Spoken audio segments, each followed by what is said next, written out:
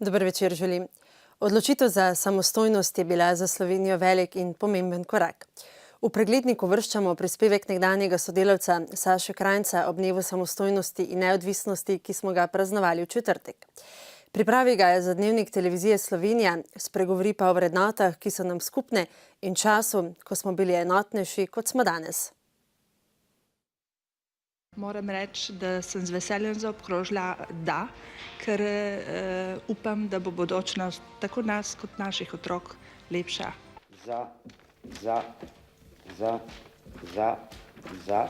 Za samostojno državo je glasovalo kar 95% tistih, ki so se volitev udeležili. Olajšanje je bilo čutiti pri politikih. Jugoslavija ni več. Gre za Slovenijo. Bo zdaj omogočeno živeti normalno z vsakdanjimi problemi. Veselje in hkrati negotovost pri ljudeh. Da bi nam Bog dal malo blagoslova, da bi lepo živeli v naši Sloveniji. Zdaj, kaj bo, kako, to se ne ve. Zgodovinski dogodek, a ne? Ja, na vsak način tako, ne? 3 dni po plebiscitu so bili tudi uradno razglašeni izidi zgodovinskega odločanja. Ta glasovalni izid mi omogoča, da na temelju 10. člena tega zakona slovesno razglasim pred tem visokim zborom, slovensko in jugoslovansko ter vso svetovno javnostjo, da se je slovenski narod na temelju trajne in neodtujljive pravice do samoodločbe odločil, da Republika Slovenija postane samostojna in neodvisna država.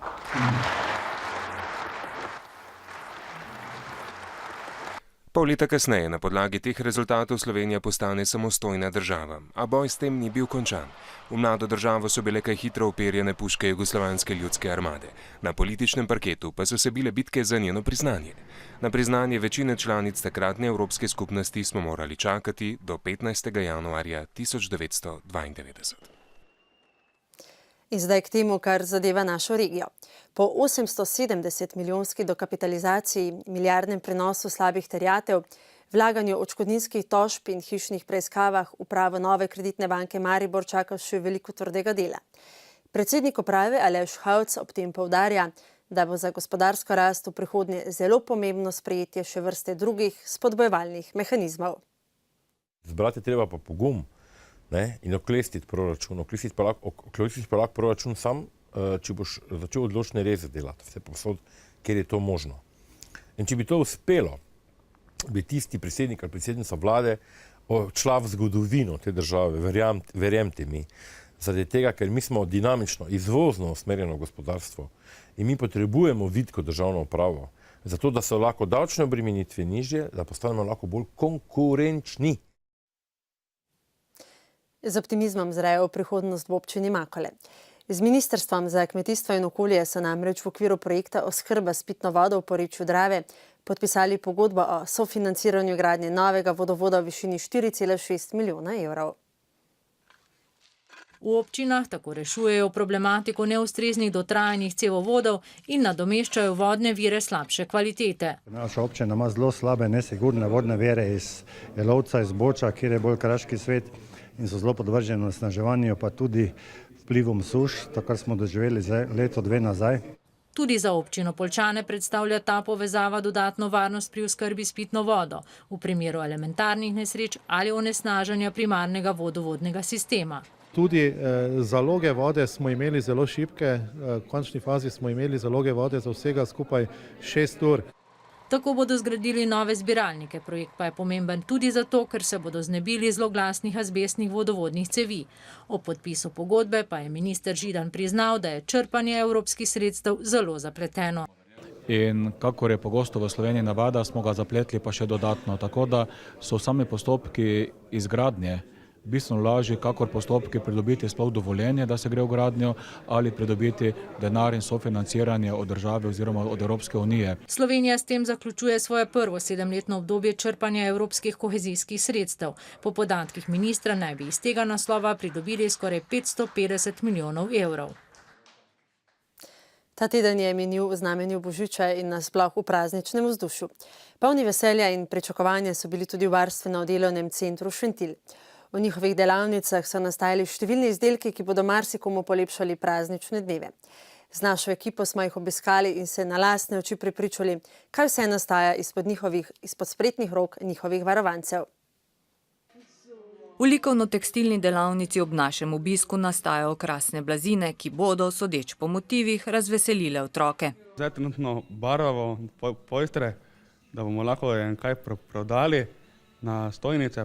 Za polnjenje in šivanje blazin s pomočjo mentorice poskrbi Ines. Vezem pa tudi blazine in okrasne prte, pa dosti sem rada prehajam sem, pa pred vrati tudi pričakujem praznike. Delamo pa v decembru vedno mrzlično, še zadnje izdelke dokončujemo, ki so naročeni in pa seveda skušamo narediti čim več zanimivih zadev za prodajo, zaradi tega, da potem naši uporabniki lahko dobijo iz tega nagrade.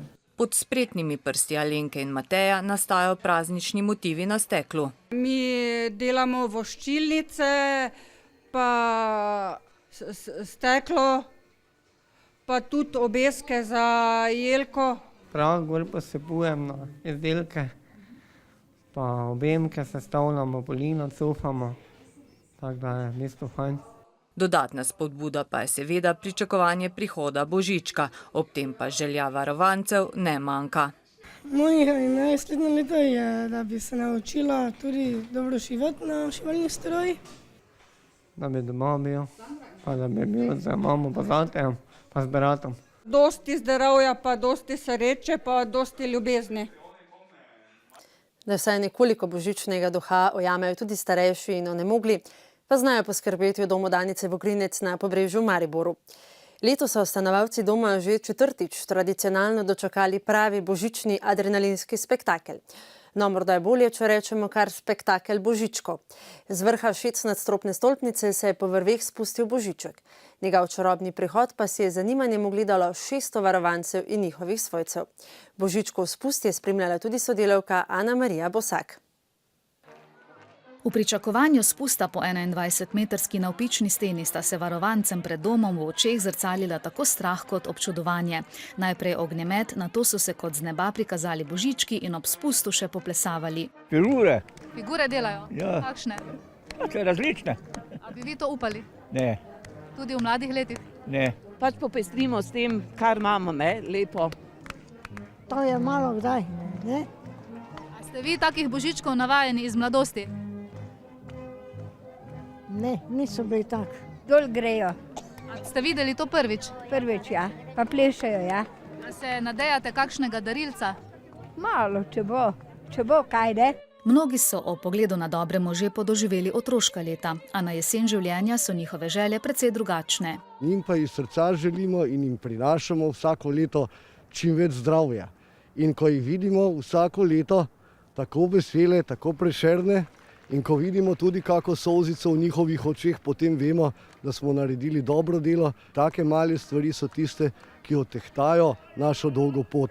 Božički niso pozabili na tiste, ki niso mogli iz svojih sob, obdarili so jih kar med spustom. Z varovanci in njihovimi družinami so se še lep čas zabavali ob glasbi in v prazničnem vzdušju.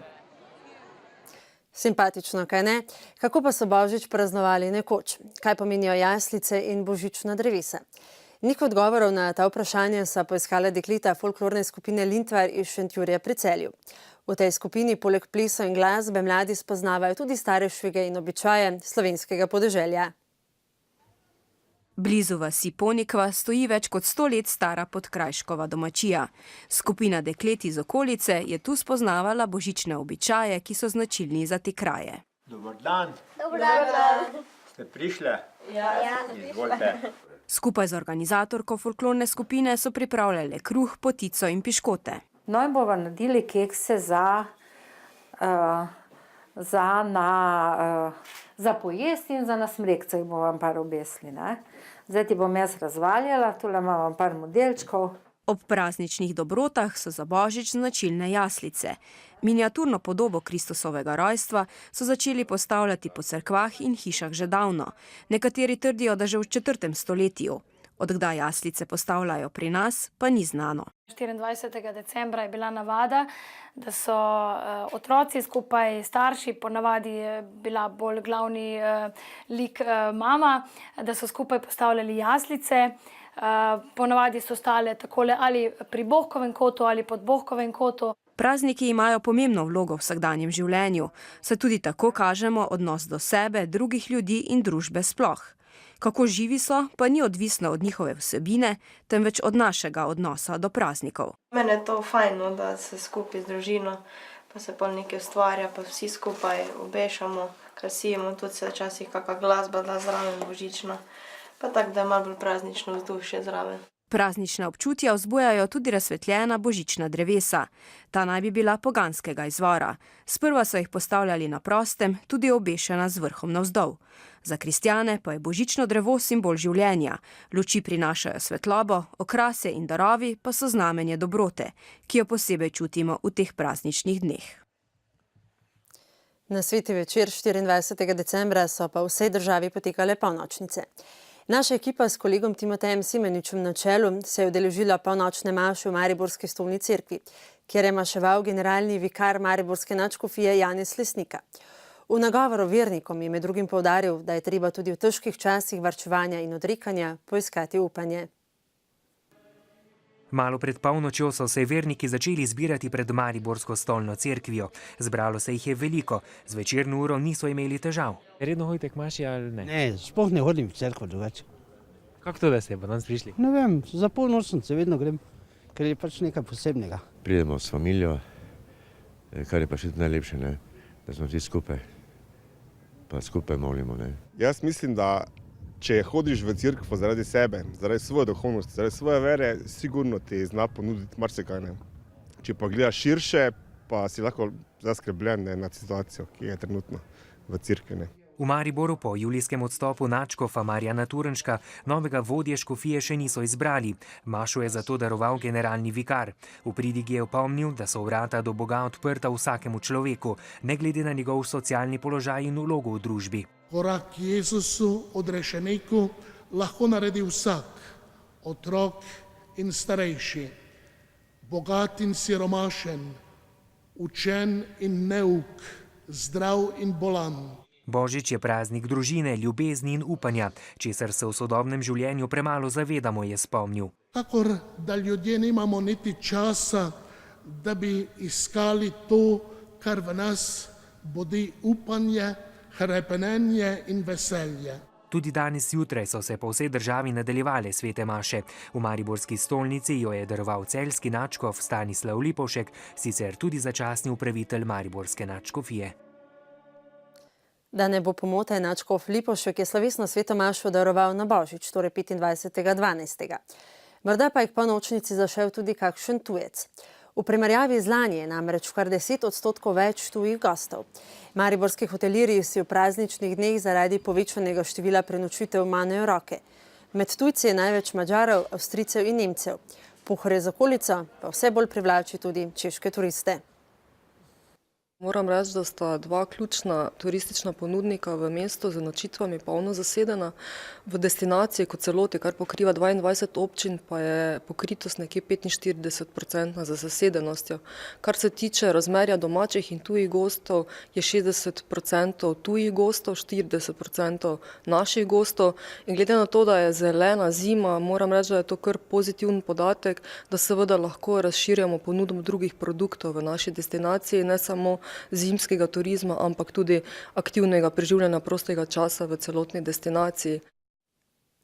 Morda pa bo v kratkem kot turistična znamenitost priznan tudi stari radio.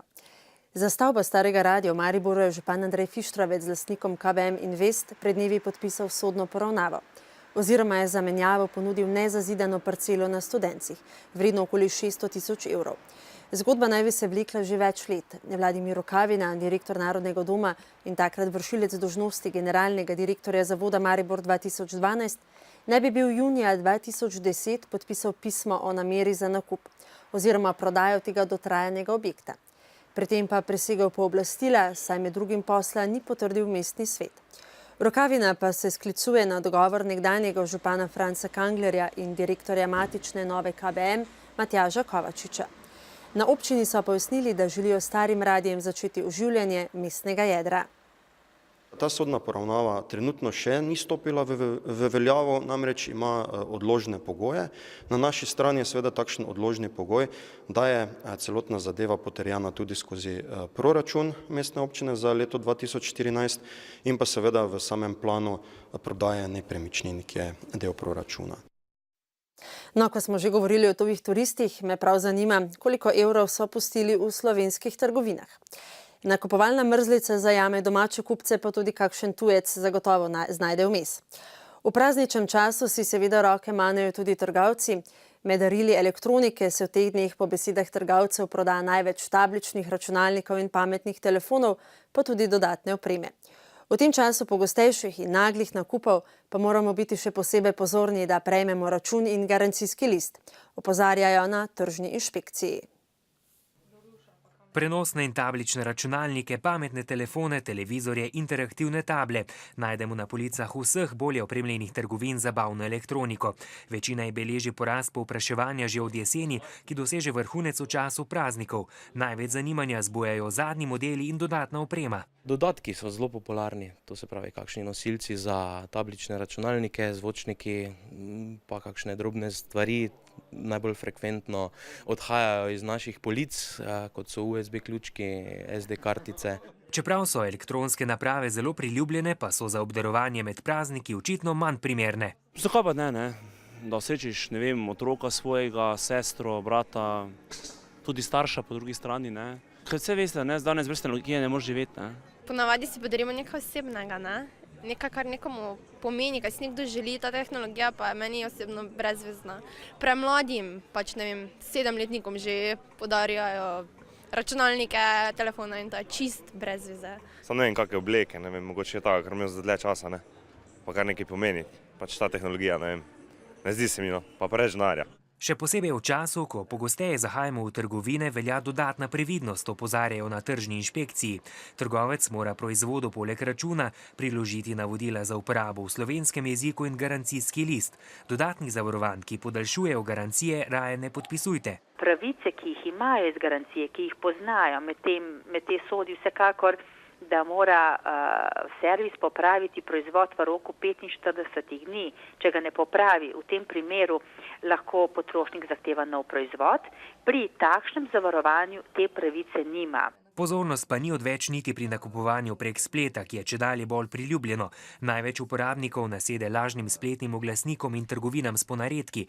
Neverjetno nizke cene in popusti so znak za alarm. Na forumih se zelo hitro začnejo oglašati že ogoljufani kupci, tako da vedno preveriti vse možne informacije, kar jih lahko dobimo o tem trgovcu, tudi kontaktirati ga preko nekega obrazca oziroma nekega e-mail naslova in tudi biti pozorni, na kak način nam trgovec odpiše. Torej, če ta trgovec uporablja neke brezplačne naslove, kot so Hotmail ali pa Gmail, je to še en tak nek sumljiv znak. Še posebej skrbi dejstvo, da se je število spletnih goljufij v zadnjem času povečalo za 100%. Lani so jih denimo prijavili kar 440. In ko smo že pri računalnikih, moški iz naslednjega prispevka je ustvaril zlonamerni računalniški program, s katerim so si spletni kriminalci po vsem svetu pokorili skoraj 20 milijonov računalnikov. Njegova nekdanje dekle, Nuša Čoh, ki je tožilstvo očita pranje denarja, je dobilo 8 mesecev pogojne kazni. Govorimo seveda o zloglasnem mariborskem hekerju Matjažu Škorjancu, ki je bil na mariborskem okrožnem sodišču obsojen na 4 leta in 10 mesecev zapora. Matjaž Škorjanc je med leti 2008 in 2011 pod vzdevkom Iserdo izdeloval in prodajal program za vdiranje v informacijske sisteme. Med glavnimi kupci je bila tudi španska kriminalna združba, ki je zakrivila vdore v računalnike po vsem svetu in uporabnike oškodovala za več 10 milijonov evrov. Škorjanc, ki ga je v 2-letni preiskavi sledil celo ameriški FBI, je s prodajo kode zaslužil približno 114 tisoč evrov. Poleg zaporne kazni mora plačati še 3 tisoč evrov denarne kazni. Ostal pa bo tudi brez stanovanja, avtomobila in računalniške opreme. Obsodba je pripisana obtožnica. V tej farsi smo slišali samo lajanje, laganje, podtikanje, sprenevedanje in ko je bilo na vsakem koraku onemogočena obramba. Tožilca sta zadovoljna, da sta po skoraj 2 letih in več kot 50 sodnih obravnavah zbrala dovolj dokazov za obsodbo, a se bosta kljub temu pritožila. Menimo, da se je tekom dokaznega postopka pokazalo, da to terja višjo zaporno kazen, zato se bomo pritožili. Nuša Čoh, nekdanje Škorjančevo dekle, ki je za nakazovanje denarja posodila bančni račun, je dobila 8 mesecev pogojne kazni. Bila je 22 let stara, ni imela te zrelosti, bila je dejansko zaljubljena v tega svojega fanta takrat, zaslepljena z njegovo genialnostjo. Tukaj jaz ne vidim elementov pranja denarja. Julija lani sta bila v isti zadevi, ki je prvi odmevnejši primer pri nas, obsojena tudi Darko Goričanec in mentor Leniki. Oba sta okužila več tisoč računalnikov, prvi je bil obsojen na 18, drugi pa na 15 mesecev zapora. Kazen bosta odslužila z družbeno koristnim delom. Praznike zaznamujemo tudi z ognjemeti in poki petard. Naj si na koncu tega preglednika drznemo biti malce svariteljski in opozorimo na previdno uporabo pirotehničnih sredstev. Zakon določa, da lahko petarde uporabljamo le med 26. decembrom in 2. januarjem. V Mariborskem univerzitetnem kliničnem centru opažajo, da opozorila zaležejo. Vsako leto obravnavajo manj poškodb. Lani so tako na oddelku za plastično kirurgijo imeli 2 poškodbi zaradi neustrezne uporabe eksplozivnih sredstev. Na udaru je seveda najbolj površina telesa, od tega so prve roke, obraz. Na rokah prihaja do poškodb, do različnih stopenj poškodb, to od manjših prask, opeklin, potem so tukaj raztrganine kože in močnejše eksplozivne naprave pa seveda povzročajo tudi te težje poškodbe, ki puščajo tudi trajne posledice. To je bilo vse v pregledu dogajanja tega tedna. V prihodnjem pregledniku bomo že pisali letnico 2014. Pa naj bodo ti dnevi do skoka v novo leto čim bolj po pameti in naj vas razveseljujejo dobre stvari, slabe pa poskušajte potisniti v kot. Seveda pa že zdaj velja povabilo, da ostanete zvesti televiziji Maribor tudi v prihajajočem letu. Doživet vikend in nasvidenje.